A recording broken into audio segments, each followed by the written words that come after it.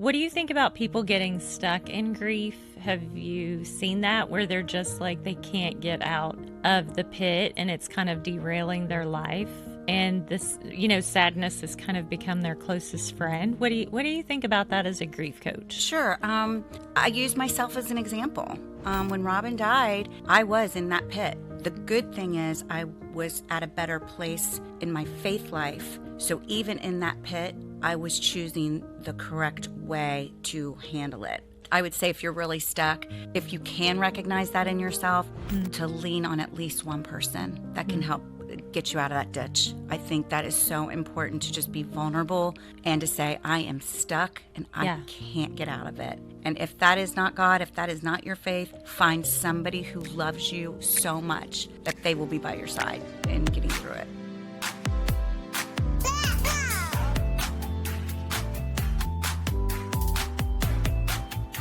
Hey guys, welcome to the Grace, Grit, Glory Show. This season is all about darkness to light testimonies, and we have a special guest, my friend Jen Morgan. She is truly an inspiration. So tell me a little bit about Jen Morgan Inspires. Jen Morgan Inspires is something that I created several years ago just in the hopes of living out God's purpose in my life and using my story, pieces of my story, to lift up and inspire women. I'd love this. And tell us about Jen, your family, what you do other than Jen Morgan Inspires. Well, I'm 55 years old, and I am a wife and mother of three. And right now in my life, it is about trying to live as authentically as possible and just embracing the time with my family, my dear close friends, traveling home to Cincinnati to where my big family is from. I'm the youngest of 9 children. Oh, so my parents are still alive in their 90s. So it's just family is a big part of my life. And of course, just being rooted in faith. I've seen that in you too at your launch party, your book launch party. It's fun. She has a big support system, big group of people. Definitely. So you have experienced some really deep love and some really deep loss. What is your earliest memory of how that started and what shaped you?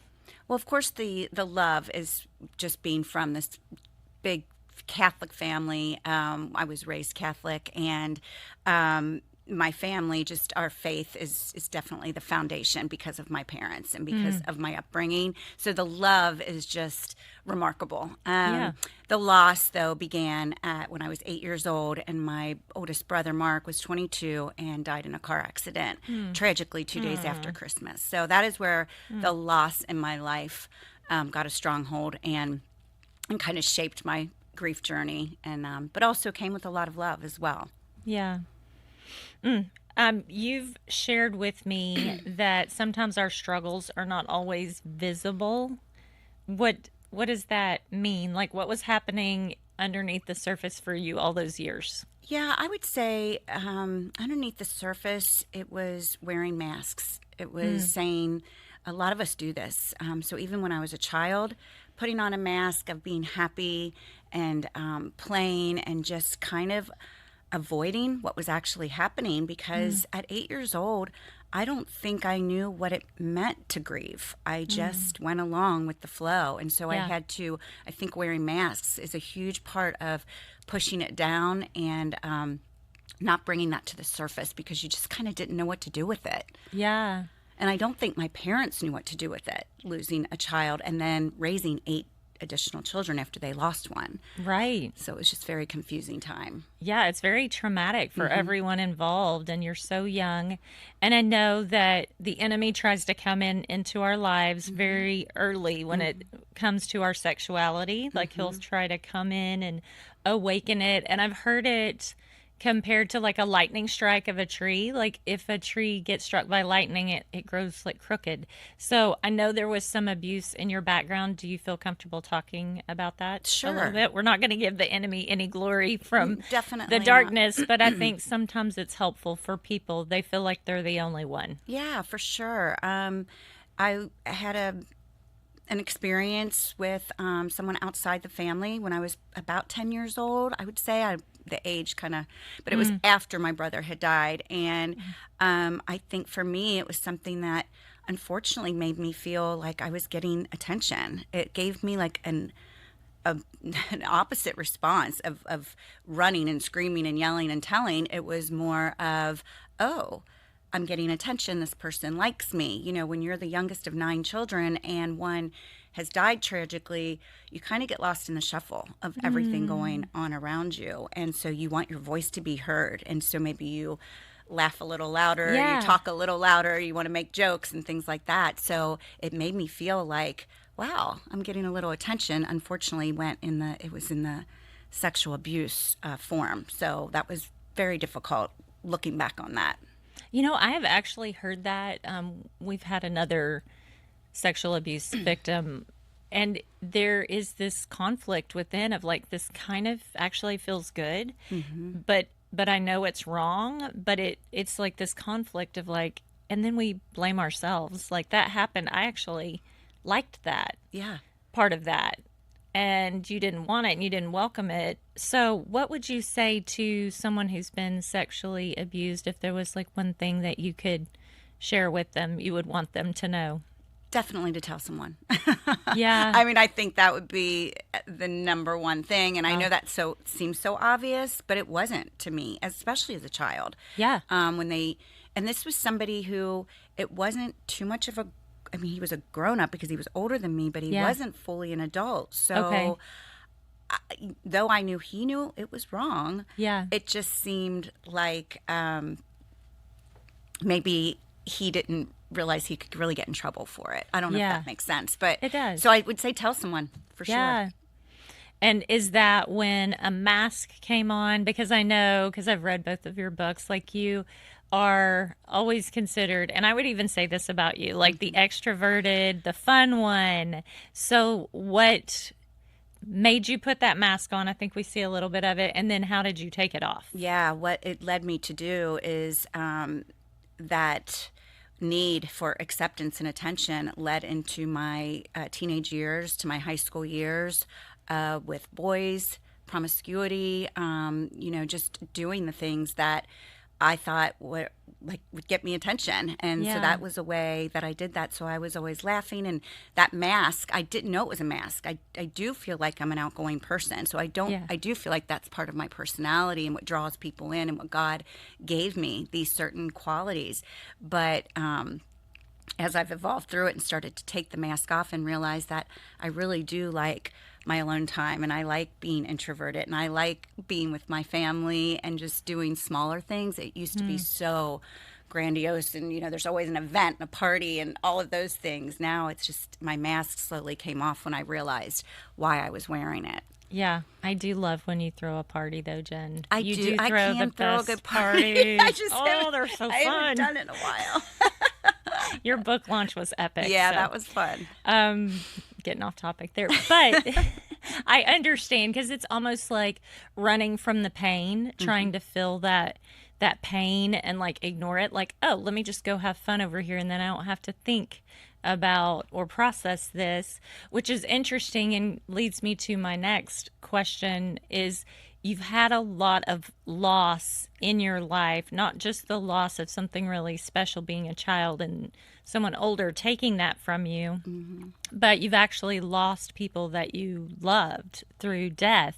Do you want to talk a little bit about who you've lost and how that's impacted you? Yeah. I say that I've been entrusted with grief. And that's just a way of looking at it more on the grateful side of, but it took me a long time to get there because I didn't really understand it. So I've lost 3 siblings, and all tragically. Oh. So what I know about grief for the most part is getting a phone call. It's that shoe dropping. It's never knowing, when that is going to happen. And so It's hard. that started with Mark, when I was 8. And then my brother Paul passed away in 2008 suddenly. And I had 3 young kids, and I lived in Texas, and my family was in Ohio, and I had to drop everything and go home. And I didn't handle that well. When I didn't lean on the Lord, I made some big mistakes. What did you lean on? Anything else? Okay. anything else. Drinking? Drinking, prescription pills, Okay. just not being a good mom. I just wasn't there for my people. I just kind of checked out. Yeah. And looking back now, I realized I didn't know how to grieve. I didn't have the proper tools. Yeah. And maybe I did have them. Maybe they were at my fingertips, but I wasn't reaching for them. I was Yeah. reaching for all the easy, fun stuff. Right, the So again, numbing. the masks. Yeah. Yeah. So you numb it and you fill the void with all the wrong things. And so I did Been that there. with when my brother Paul died. And then I lost my dear friend, Robin, in 2017. She tragically passed away, and she was a very close, dear friend of mine, a couple friend with my husband, and also family friend. We were traveling with them and getting even closer and closer as our kids were getting older and things. And losing her had a big impact on my life. The good news about that is I had learned from my brother Paul's death and how not to handle it, so I handled it stronger, I think. Yeah. It still took me down, Yeah. but I leaned on the Yeah. Lord, and Yeah. so that made it a little healthier. Yeah. Are you still part of the Catholic Church, or did I'm you? not. No. Okay. No. We once we moved to Texas, we started to explore other churches, and so we stepped back from the Catholic religion. I have nothing against it, but it's just we're not practicing Catholics anymore. And then, so did your faith help you through the grief in any way? I know your brother you numbed. Did you have a newfound faith with when your friend passed? Yes, because now I have a deep relationship with Jesus, and I don't think I knew what that meant when I was younger. I didn't know we learned a lot of prayers and songs and the rosary, which is all beautiful, and I'm so thankful for that, for learning that throughout my life. But having a personal relationship and knowing I could talk to him like anytime and leaning in on that really changed the way I grieve now. You know what I heard from someone, Jen? They had seen Jesus on the cross, every week. They're like, okay, there's Jesus. He's on the cross. But they had no idea that Jesus died for them, and that's why he was on the cross. They just Yes. thought this is a martyr, and he died, and we just honor him. But they didn't know he's my savior. He died for me. His blood was shed for me so that I can be free. Yeah. And they had no idea. And I was like, wow, we don't know. Sometimes we don't know. We assume people know things and they don't.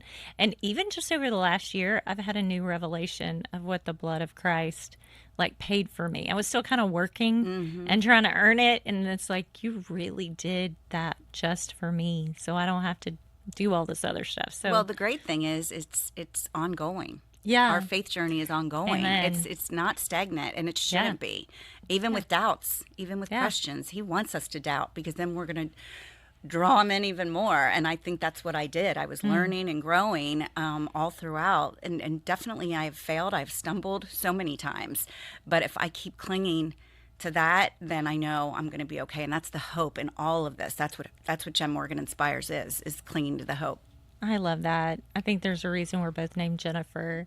Like when I mentor young women, I just tell them, as long as you wake up and you put your hand in Jesus' hand, no matter what you did the day before, you're going to make it out.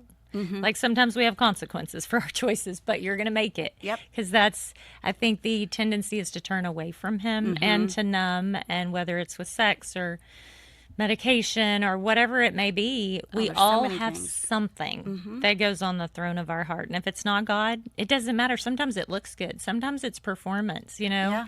Like we just had a professional athlete, like he's working, it looks good. He's getting paid for it, but it still didn't fill that void Yep. in his heart. And so, but God's so faithful. He doesn't leave us there. He Thankfully. praise the Lord.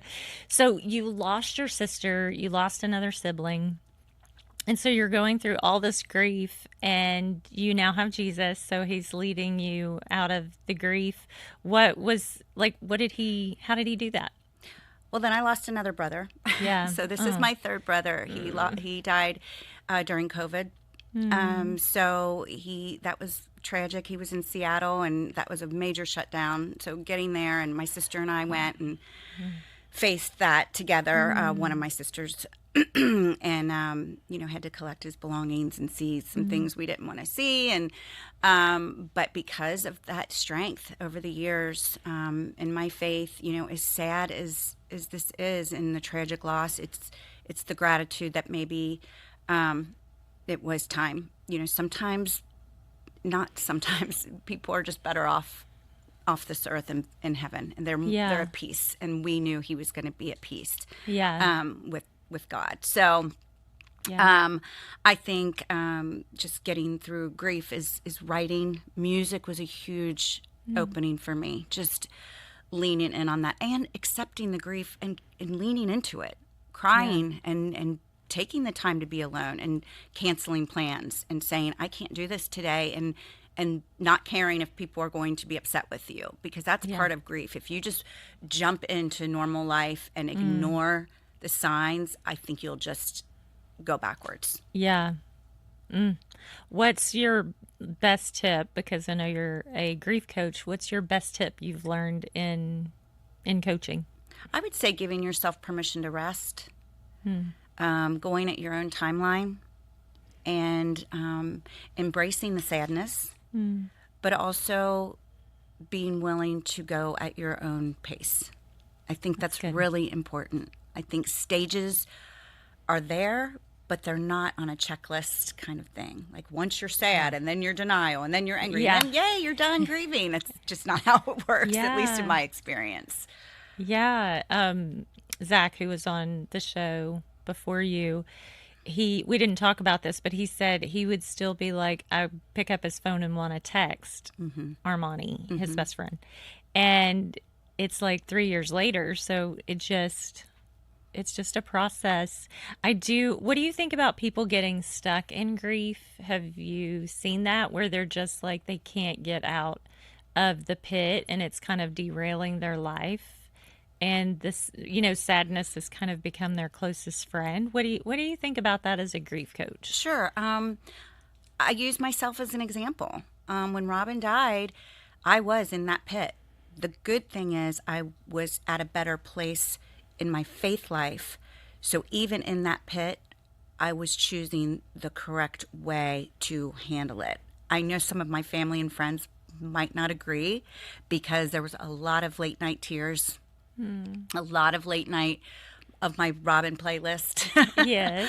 I have her text messages, I have her voicemails, and listening to that, so you can get stuck.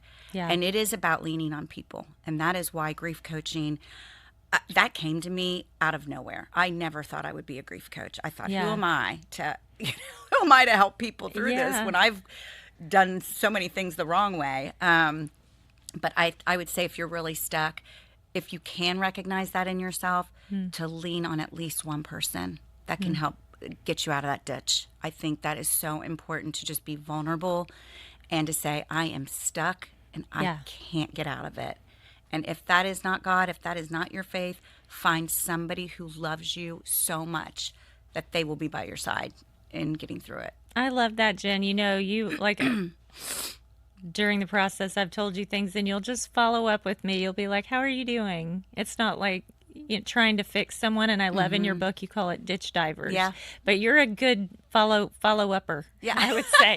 Like, you're just like, hey, just checking in. And Yeah, I truly believe that when somebody's weighing on your heart or in your mind, not to just, like you said, try to fix it, but reach out.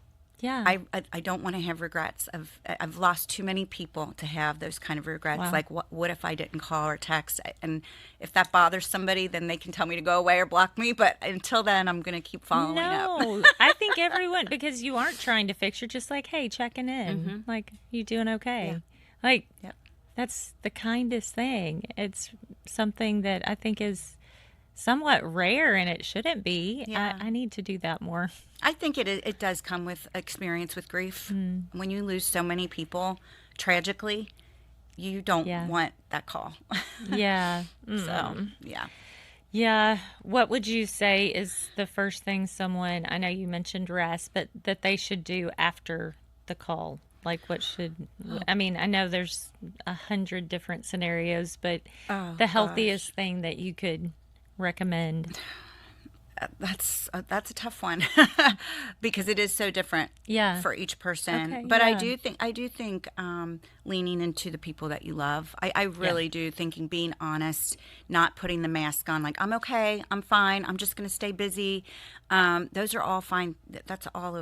okay. But I think you have to embrace the grief. You do have to take that on and open yourself to say this is happening and I have to accept it. So whatever that means to you. If Yeah. it means getting in a hot shower and crying for 30 minutes a day Yeah. and then getting started, then Yeah. do that. Whatever Yeah. works for you. I think it's very individual. Yeah, it's like permission just to grieve in the way that you would need to Yeah. grieve. Like, Yeah. what do you need versus I'm going to go into this other Right. taking care of people or ignoring it. It's like, what do I need today? Yeah. And it Yeah. depends on the person because if, my all the sisters, all the other siblings lost that same sibling, we all grieve differently for that same person. Wow. So everybody, deals with it differently. We're at a So different age, true. different relationships. So there's even my mom and dad grieving their Yeah. 3 sons, they grieve differently. Yeah. They were together in faith and never questioned God. Their faith is so deeply rooted. I'm so thankful for that. Yes. Thank God you had that, Oh my Jen. gosh, it's the greatest gift of my life. Yeah. For sure. Aw. And then, so your husband, y'all have been married like 30 years or something, 30, right? we're going almost 32. Wow. We may October. So he has gone through the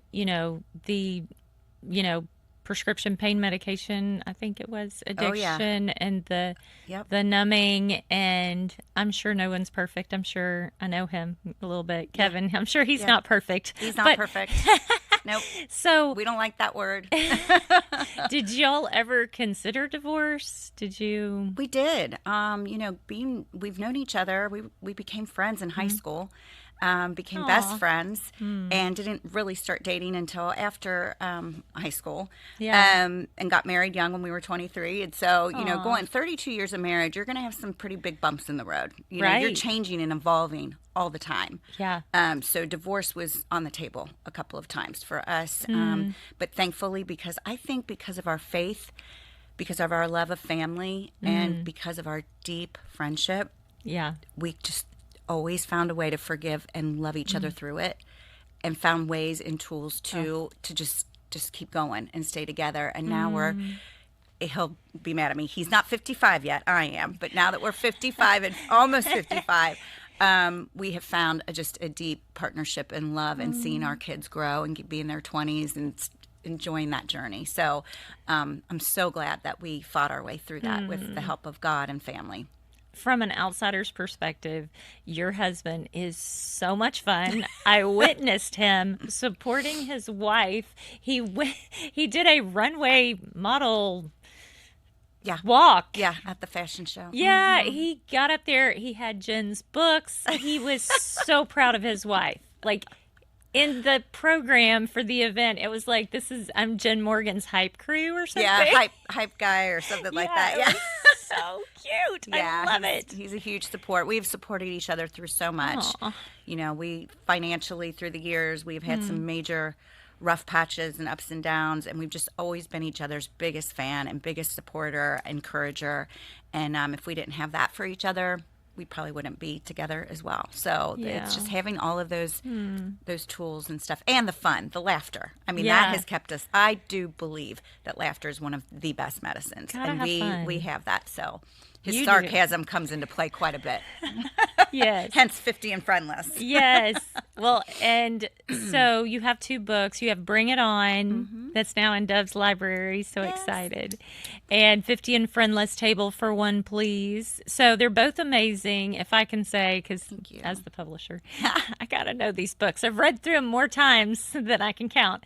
So 50 and Friendless, I love that book because it is so appropriate for people who have lost friendships and been like, what happened? Yeah. Like, a friend gets pruned out of your life, and it doesn't mean either. I mean, it may mean that someone is not quite right, but it also could just mean like this is part of the journey, and that season of that friendship is over. Sure. And that happens, and we're left, we can become hard hearted, bitter. I don't need anyone. I can't tell you how many women have experienced this. So I really recommend that book because it spoke Thank you. so much to me.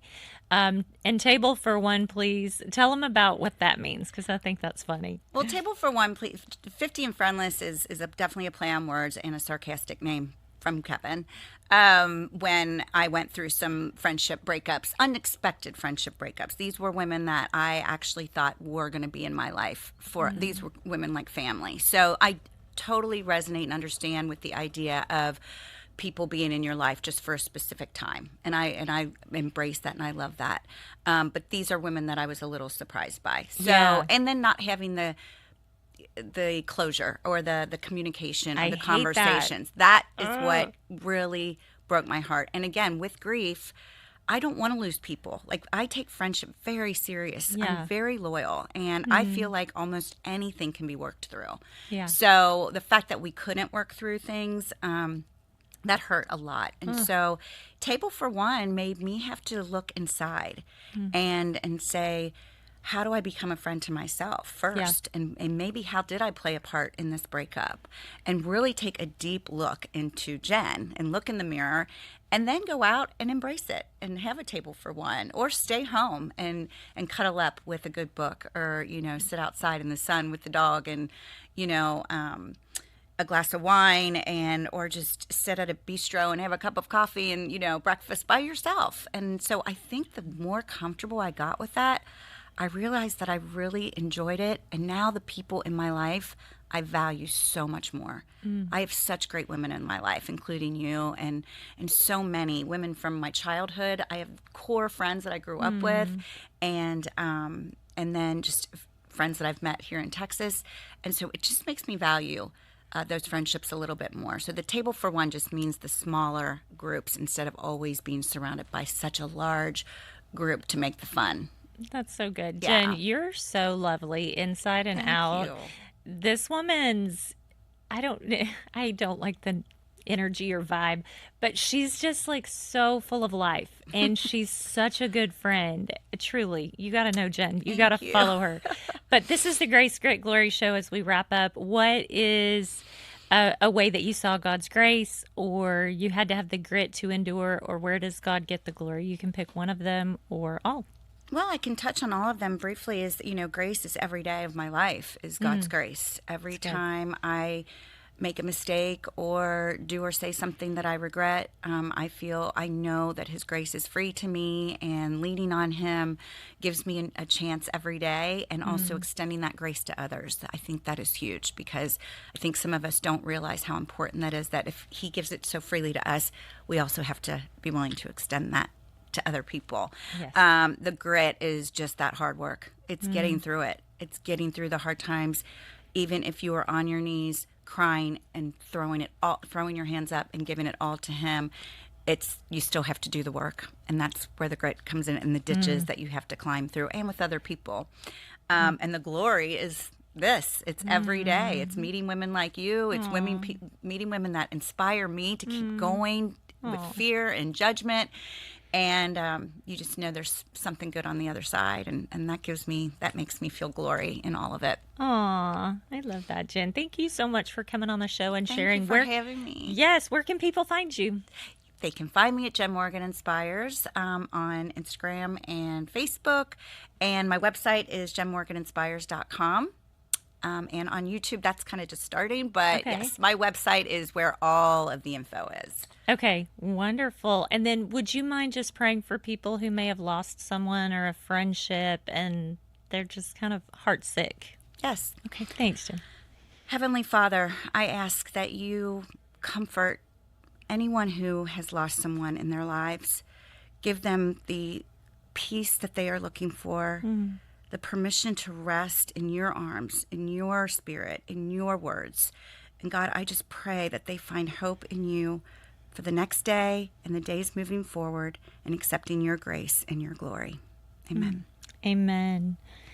So thanks for joining us today. If this show brings a friend to mind that might be struggling, please send it to them. And there's also a subscribe button. Hit that little bell, rate, review, all the things. We'd love to have you follow us and continue to watch these really powerful testimonies that are darkness to light. We'll see you again on another episode. Thanks for joining.